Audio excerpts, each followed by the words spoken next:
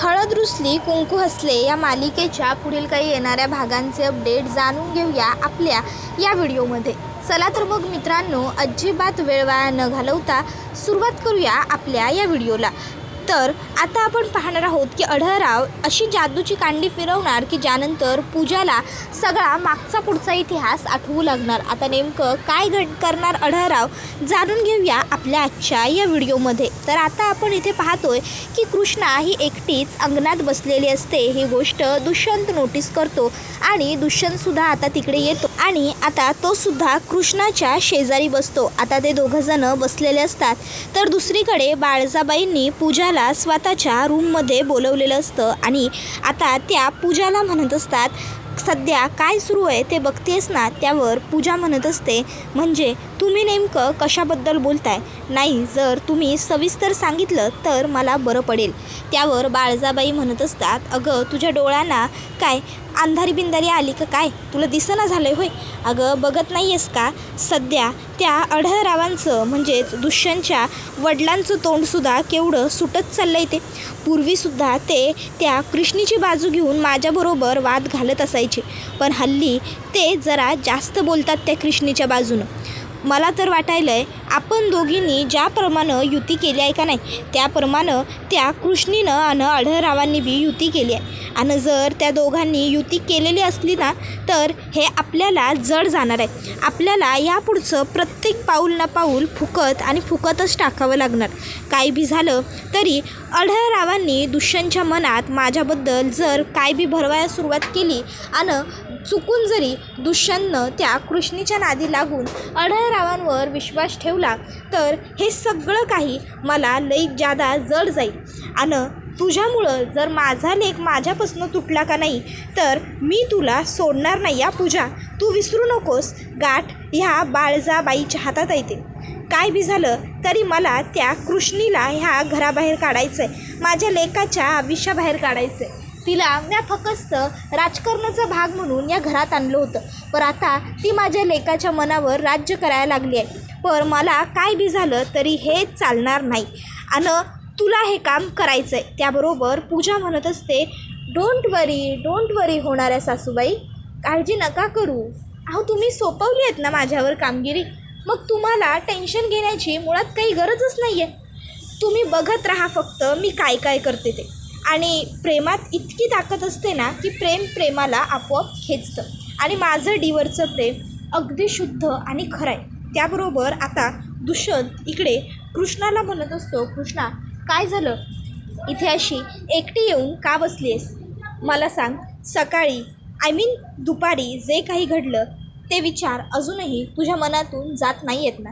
हे बघ कृष्णा, खरं तर तुझी या सगळ्यात काही चूक नव्हती, पण तरीही मी उगाचच तुझ्यावर रागवलो, तुला बडबडलो, मी तुला खूप बोललो आणि त्या सगळ्यासाठी I am really very much sorry. मी खरंच इतकं चिडायला नको होतं तुझ्यावर। मी एकदा सर्व गोष्टींची शहानिशा करायला हवी होती। खरं बघायला गेलं तर सगळी चूक माझीच होती, आय एम सॉरी। त्यावर कृष्णा म्हणते, अहो दुष्यंत सरकार राहू दे, किती वेळा सॉरी म्हणाला तर तुम्ही? नाही, तुमची चूक होती ते तुम्हासनी कळलं का नाही? आणि तुम्ही तुमची चूक कबूल बी केली आहे की मगाशीच। मग आता पुन्हा सॉरी म्हणून काय मिळणार आहे? मला फक्त एकच गोष्टीचा प्रश्न वाटतोय, तो म्हणजे त्या माणसांनी दिलेली डील जी तुम्हाला मिळाली आहे तिचं काम तुम्ही व्यवस्थित कराल ना? नाही, कारण तुमचं काम व्यवस्थित व्हावं एवढी एकच माझी इच्छा आहे। त्यावर दुष्यंत म्हणतो, करीन ना, म्हणजे मला कळलं नाही। त्यावर कृष्णा म्हणते, अहो काकीसाहेब बोलल्या म्या अपशकुनी आहे जर खरंच। त्याबरोबर दुष्यंत म्हणतो, कृष्णा प्लीज, अगं हे असं काहीही नसतं, उगाच काहीही बडबड करू नकोस। तू माझी बायको आहेस आणि ह्या घरची लक्ष्मी आहेस, समजलं? त्यावर कृष्णा म्हणते, त्यावर दुष्यंत म्हणतो, पण नाही आणि काही नाही, लक्षात ठेव, उगाच तू आता काहीतरी फालतू बोलू नकोस, असं काही नसतं गं। त्याबरोबर कृष्णा म्हणते, दुष्यंत सरकार ते। त्यावर दुष्यंत म्हणतो, कृष्णा तुला कळत नाही आहे का मी एकदा बोललेले शब्द? त्यावर कृष्णा म्हणते, बरं कळलं, पुण्यांदा असं नाही म्हणणार आणि पुण्यांदा मी अशी चूक बी नाही करणार। बरं तुम्ही बसा इथं, म्या जरा जाऊन पूजीला बघून येतो। नाही, मला वाटलं होतं तुम्ही पूजीजवळ बसून असाल म्हणून मी इथं बसलो होतो। त्यावर दुष्यंत म्हणतो, कृष्णा अगं आपण कितीतरी दिवसांनी हे असे शांतपणे बोलायला बसूयात की थोडा वेळ. आणि राहिला प्रश्न पूजाचा, तर पूजा आता घरात आहे म्हटल्यावर सेफ आहे की. त्यावर कृष्णा म्हणते, अहो एक डाव बघून येतो की तिला पटकन, मग माझं मन नाही लागणार नाही तर. त्याबरोबर दुष्यंत म्हणतो, बरं ठीक आहे, तू एक काम कर, तू जा आणि पूजाला बघून ये, तोपर्यंत मी इथेच बसतो. इथे मस्त आपल्याला शेकण्यासाठी मी काकांना सांगून आग लावतो. त्यावर कृष्णा म्हणते, काका करून लावून देतील आग. त्यावर दुष्यंत म्हणतो, अगं काका म्हणजे आपले काका नाही गं, महादू काकांना सांगतो. त्यावर कृष्णा म्हणते, बरं. मग कृष्णा तिकडनं निघून जातो. हसून गेलेल्या कृष्णाचा विचार मात्र दुष्यंतच्या मनातून गेलेला नसतो. कृष्णा ही खरोखर किती चांगली आहे, समजूतदार आहे. प्रत्येक वेळी ती आपल्याला समजून घेते, आपली प्रत्येक चूक ती माफ करते. प्रत्येक क्षणी तिने आपल्याला फक्त समजूनच घेतलेलं आहे आणि आपण मात्र प्रत्येक वेळी तिच्याबरोबर चुकीचं वागलोय, वाईट वागलोय. आपण कृष्णावरती खूप अन्याय केला आहे. म्हणजे सगळ्यात अगोदर महत्त्वाची गोष्ट म्हणजे कृष्णाच्या बहिणीची आज ही जी काही अवस्था आहे त्याला सर्वस्वी मी जबाबदार आहे. आणि ही गोष्ट अजूनही मी कृष्णापासून लपवून ठेवलेली आहे. मी तिला त्यातलं काहीही सांगितलेलं नाही आहे. आणि त्याहूनही महत्त्वाची गोष्ट म्हणजे मी कृष्णाला अजूनही माझी बायको म्हणून कोणतेही हक्क दिलेले नाही आहेत. कृष्णाचे सगळे हक्क मला तिला द्यायचे आहेत आणि मी तिला ते लवकरच देईन. पण आता सध्या घरी पूजा आली आहे आणि पूजेच्या येण्याने हा जो काही घरामध्ये सध्या गोंधळ सुरू आहे त्यामुळे मला कृष्णाला तिचे हक्क द्यायला मिळालेलेच नाही आहेत. पण ते काही नाही, आता इथे कृष्णा आणि मी एकत्र बसलो आहे. मग मी कृष्णाला सांगेन की पत्नी म्हणून मी तिचा स्वीकार केला आहे आणि आता आयुष्यभर मला तिच्याबरोबरच राहायचं आहे. आणि मी तिला हेही सांगेन की मी पुन्हा तिच्यावर कधीही रागवणार नाही आहे. तर इकडे आता कृष्णा खोलीमध्ये येते आणि पूजाला बघते, तर खोलीत तिला पूजा कुठेच दिसत नाही. कृष्णाला वाटतं पूजा बाथरूममध्ये असेल, म्हणून कृष्णा पूजाला मोठमोठ्याने हाका मारते, पूजे. पण पूजा काही हाक देत नाही. मग कृष्णा दुष्यंतकडे येते आणि दुष्यंतला ही गोष्ट सांगते की पूजी घरात खोलीत कुठं बी नाही. त्यावर दुष्यंत म्हणतो, काय घरात नाही, बेडरूममध्ये नाही कृष्णा, अगं असं कसं होईल, तू व्यवस्थित चेक केलं नशील, चल मी येतो तुझ्याबरोबर, आपण दोघं मिळून पुन्हा चेक करू, ती इथेच कुठेतरी असेल. अगं रात्रीच्या वेळी अशी ती एकटी जाईल तरी कुठे, चल आपण बघू, तू टेन्शन घेऊ नकोस. मग दुष्यंत हा पूजाला शोधायला सुरुवात करतो आणि सगळ्यात अगोदर तो म्हणतो, थांब मी महादू काकांना विचारतो, महादू काकांनी तिला बघितलंय का. मग दुष्यंत महादू काकांना विचारतो, तर महादू काका सांगतात, नाही जी धाकले सरकार, मी तर काय त्या पूजाताईंना बघितलं नाही बघा. त्याबरोबर दुष्यंत आता कृष्णाला बघायला लागतो, तर कृष्णा म्हणते, दुष्यंत सरकार मला आणखीन जादा काळजी वाटायला लागली. आता दुष्यंत म्हणतो, कृष्णा मी म्हटलंय ना ती इथेच कुठेतरी असेल, आपण एक काम करू, आपण आईला सांगू, आई आता तिला गावामध्ये माणसानं आपल्या शोधायला सांगेल, चल तू. त्याबरोबर आता ते दोघं बाळजाबाईंच्या खोलीमध्ये येतात. आता बघतात तर काय, बाळजाबाईंच्याच खोलीमध्ये पूजा उभी असते. आता पूजा ही दुष्यंत आणि कृष्णाला बघते आणि लगेचच नजर आड्याला लावते. त्याबरोबर आता कृष्णा आणि दुष्यंतला आश्चर्य वाटतं.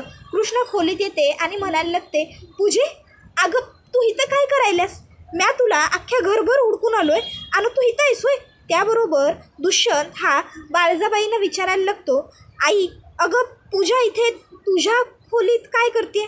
अगं आम्ही तिला अख्ख्या घरात शोधलं. त्याबरोबर बाळजाबाई म्हणत असतात, अरे दुष्यंत बाबा, मला बी तेच काही कळना झाले की ही पोर इथं माझ्या खोलीत काय करायल्या. म्या बी तिला मगा धरणं तेच विचारायलो, का पोरी अगं तू इथं काय करायल्यास. पर ही पोर तर काय बोलना झाली आहे. नाही म्हणजे माझं तोंड दुखलं बाबा विचारून. आता बघ बाबा तूच विचार, तुलाच समजतंय काय तिचं भाषा, तुझ्याशी बोलत्या काय बघ. त्याबरोबर मग आता दुष्यंत म्हणतो, म्हणजे त्यावर बाळजाबाई म्हणतात, अरे म्हणजे म्या खोलीत नव्हतो का नाही, म्या बाहेर चहा पीत बसलो होतो हॉलमध्ये आणि चहा पिऊन झालं तर मला जयकांना फोन केला होता एका कामाचे फाईलीचे फोटो हवेत म्हणून, तर ते फोटो बघाय आलो, फाईल शोधाय, तेव्हा ही पोर मला इथं बसलेली दिसली. त्याबरोबर आता पूजा ही मात्र काहीच बोलत नसते. पूजा ही आड्याला नजर लावून उभी असते आणि मनातल्या मनात म्हणत असते, वाह बाळजाबाईसुद्धा अगदी उत्तम नाटक करतात. माझी सासू आणि मी एकदम मस्त ड्रामेबाज आहोत. वा वा सासूबाई वा, अशीच प्रगती करत राहा. त्याबरोबर दुष्यंत पूजाला म्हणतो, पूजा चल आपण इकडनं जाऊया, ही आईची खोली आहे. आणि मग दुष्यंत आणि कृष्णा पूजाला खोलीच्या बाहेर घेऊन येतात. तर आता अढळरावांनी पूजाला बाळजाबाईंच्या रूममध्ये जातानाही पाहिलेलं असतं आणि पूजाला बाळजाबाईंच्या खोलीच्या बाहेर पडतानाही पाहिलेलं असतं. अढळराव आता विचार करतात की नाही, ही पोरगी नक्की काहीतरी गडबड आहे. म्हणजे ही पोरगी खुळी असल्याचं नाटक करायला असं मला का राहून राहून वाटायलं. आणि तसं बी मला दुष्यंतचं वागणं बी जरा बदलल्यावानी वाटायलं. जेव्हापासनं ही पोर घरात आली दुष्यंत पूर्वीसारखा उरलेला नाही. नक्की काय गोड बंगाल हाय हे हुडकून तर काढलंच पाहिजे. हे हुडकल्या बिगर माझ्या जीवाला आता चैन यायचं नाही. या समद्यामागं बाळजाबाईंचाच हात आहे असं मला राहून राहून वाटतं. नाही म्हणजे ही पोर समद्यासनी घाबरत्या नवं. मग बरोबर ज्या बाईला अख्खं जग घाबरतंय त्याच बाईच्या खोलीत हे एवढ्या निडरपणे कशी काय गेली. नाही काहीतरी झोल हाय. आता नक्की ह्या समद्याच्या मुळाजवळ काय हाय हे हुडकून तर काढायलाच हवं. त्याशिवाय मला चैन पडायचं नाही असं अढळराव ठरवतात. पर ते कसं हा विचार त्यांच्या मनात पडत असतो. आता तो विचार करत करत अढळराव बाहेर जातात. तर आता बाहेर त्यांना दिसतं की महादू काका झुरळ मारतायत.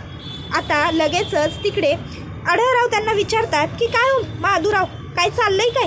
त्याबरोबर महादू काका सांगतात की काय नाही थोरले सरकार, अहो ती झुरळं जादा झाल्यात तर ते पेस्ट कंट्रोल का काय करून घ्यावं का काय असं विचार करायलो. बाळजाबाईंना सांगावं म्हणतो. त्याबरोबर अढळरावांना एक भन्नाट उत्तम कल्पना सुचते आणि मग ते मेलेलं झुरळ लगेचच महादू काकांना म्हणतात, महादू काका ते झुरळ इथं द्या. त्याबरोबर आता अढळराव त्या झुरळाचा एक पाय पकडतात. त्याबरोबर आता लगेचच इकडे महादू काका म्हणतात, अहो थोरले सरकार मेलेलं झुरळाचं तुम्ही काय करणार. त्याबरोबर लगेचच अढळराव म्हणतात, मेलेलं झुरळच आता त्या पोरीची अक्कल जिवंत करणार. त्याबरोबर आता महादू काकांना तर काही कळत नाही.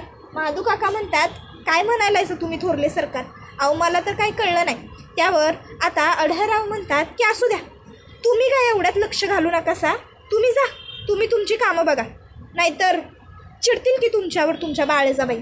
मग आता लगेचच महादू काका तिकडनं कामं करायला पुढची जातात. त्याबरोबर इकडं अढळराव ते झुरळ आणून गुपचूप पूजाच्या मांडीवर टाकतात.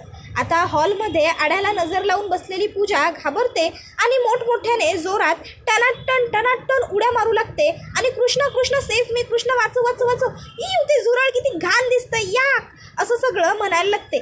आता कृष्णा ही पूजाला लगेचच धीर देते आणि जवळ घेत म्हणते, अगं होय पूजे होय, दमदर अगं खोटं झुरळ आहे ते, खोटं आहे, शांत हो.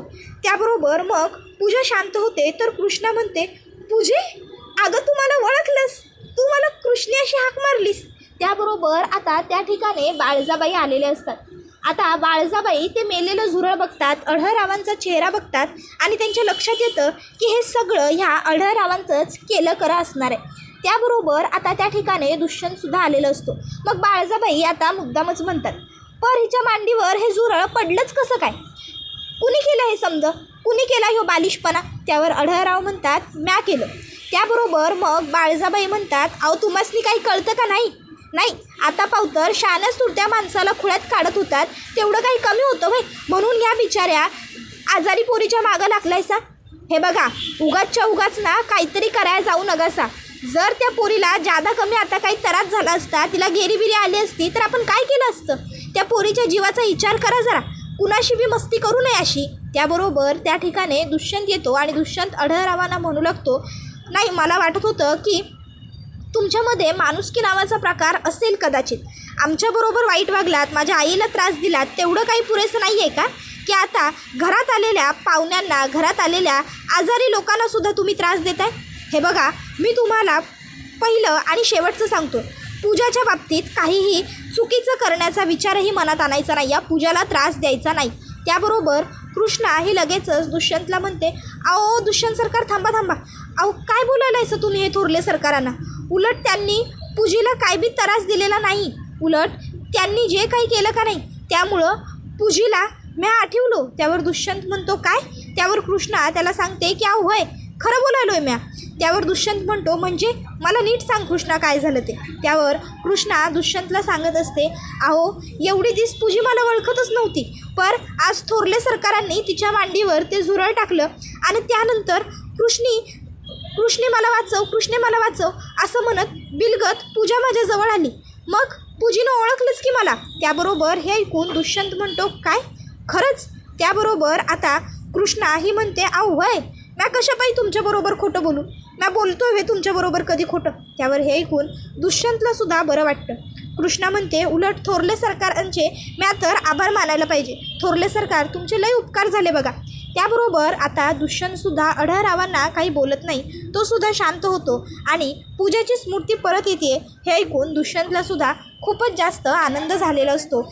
त्याला वाटत असतं की चला एका अर्थी पूजाची स्मृती परत येऊ लागली आहे, ही गोष्ट खरोखर खूप मोठी आणि चांगली आहे. त्याबरोबर दुसरीकडे आढळराव हे लगेचच दुष्यंतला म्हणत असतात काय ना चिरंजीव, एखादी गोष्ट बोलण्या अगोदर आणि एखाद्या गोष्टीवर आपलं मत मांडण्या अगोदर आपण काय बोलायलोय याचा विचार करायचा. ते तुमचे डॉक्टर सांगतात का नाही तर रिव्हर्स थेरपी, तेच केलं आम्ही बी. ते माधू काकांनी बाहेर झुरळ मारलं तर मग आम्ही विचार केला ह्या मेलेल्या झुरळाचा काहीतरी उपयोग करून घ्यावा. जर काही फायदा झाला तर झाला आणि या पोरीवर त्याचा उपयोग झाला बी. त्यावर कृष्णा म्हणत असते थोरले सरकार खरंच तुमचे लय उपकार झाले बघा. अहो एवढे दिवस पूजा मला ओळखतच नव्हती, पर आज तुमच्यामुळं पूजीने मला ओळखलं. होय का नाही दुष्यंत सरकार? थोरले सरकार चांगले आहेत, थोरले सरकारांनी एवढं भारी काम करून दावलं. त्याबरोबर मग दुष्यंत गप्प बसतो. तर कृष्णा म्हणते आहेत ना थोरले सरकार चांगले दुष्यंत सरकार. त्यावेळी मग मात्र आता दुष्यंतचा नाईलाज होतो आणि दुष्यंत हो म्हणतो. त्यावर हे ऐकून आढळरावांना बरं वाटतं. आढळरावांचे डोळे भरून येतात. तर बाळजाबाईंना मात्र खूपच जास्त टेन्शन येतं. बाळजाबाई मनातल्या मनात म्हणू लागतात आजपर्यंत कवाबी दुष्यंत आढळरावांबद्दल चांगलं बोलला नव्हता, पर आज ह्या कृष्णीमुळं दुष्यंत आढळरावांना चांगलं म्हणायला नाही ही कृष्णा फार दिस या घरात राहणं माझ्यासाठी सोपं ठरणार नाही. काय बी झालं तरी हिला लवकरात लवकर ह्या घराच्या बाहेर काढलंच पाहिजे. तर दुष्यंत हा तिकडनं वरती त्याच्या रूममध्ये निघून जातो आणि हा व्हिडिओ इथेच संपतो. व्हिडिओ आवडला असेल तर व्हिडिओला लाईक करा, चॅनलवर नवीन असाल तर चॅनलला सबस्क्राईब करा आणि बेल आयकॉन आठवणीने प्रेस करा, जेणेकरून तुम्हाला पुढच्या प्रत्येक व्हिडिओचं नोटिफिकेशन मिळत जाईल आणि सर्व व्हिडिओंचा आनंद हा अगदी उत्तम पद्धतीने घेता येईल. चला तर मग मित्रांनो आजच्या पुरतं इथेच थांबूया. पुढचा व्हिडिओ येईपर्यंत या व्हिडिओचा छान पद्धतीने आनंद घेत राहा. हळद रुसली कुंकू हसले ही मालिका तुम्हाला कशी वाटते हे आम्हाला कमेंट करून सांगायला सुद्धा विसरू नका. टाटा बाय बाय, धन्यवाद, take care all of you.